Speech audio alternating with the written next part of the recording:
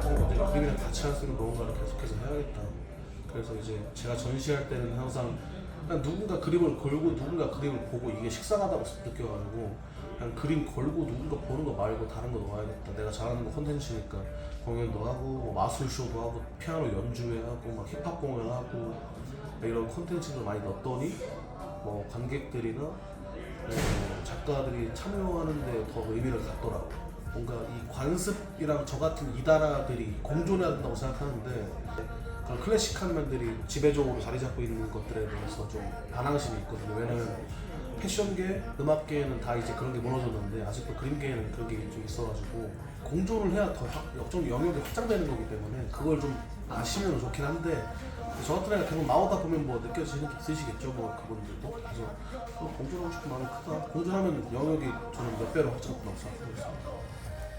부정적인 사람들의 편견이나 판단이나 이런 거에서 벗어나서 부정적인 의미의 이질적인 괴물이 아닌 긍정적인 의미의 이제 남들과 다른 특별한 의미의 괴물로 다시 거듭나서 용기 못 내는 분들한테 내가 힘써 함으로써 좀 희망을 드리고 싶다 이런 보람이 있기 때문에 제가 늘 마지막에 하는 말입니다.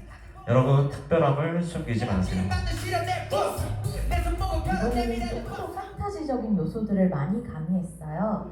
사실 꿈꾸는 낙타가 눈을 감고 있는 이유가 현실의 힘듦을 잊고 같은 상황이라도 긍정적으로 바라보자 라는 의미로 계속 작업을 하고 있었다면 이번에는 긍정적으로 생각하는 거에 따라서 미래가 달라진다. 소설에서 또 영감을 받아가지고 원래 낙타의 괜찮은 사람이야에 보면 묶여 있었던 과거 때문에 이렇게 벗어날 수 없다면 이번에는 정에 묶여서 벗어날 수 없다라고 해서 네. 그래서 이렇게 장미 꽃잎이 흩날리는 게 포인트입니다.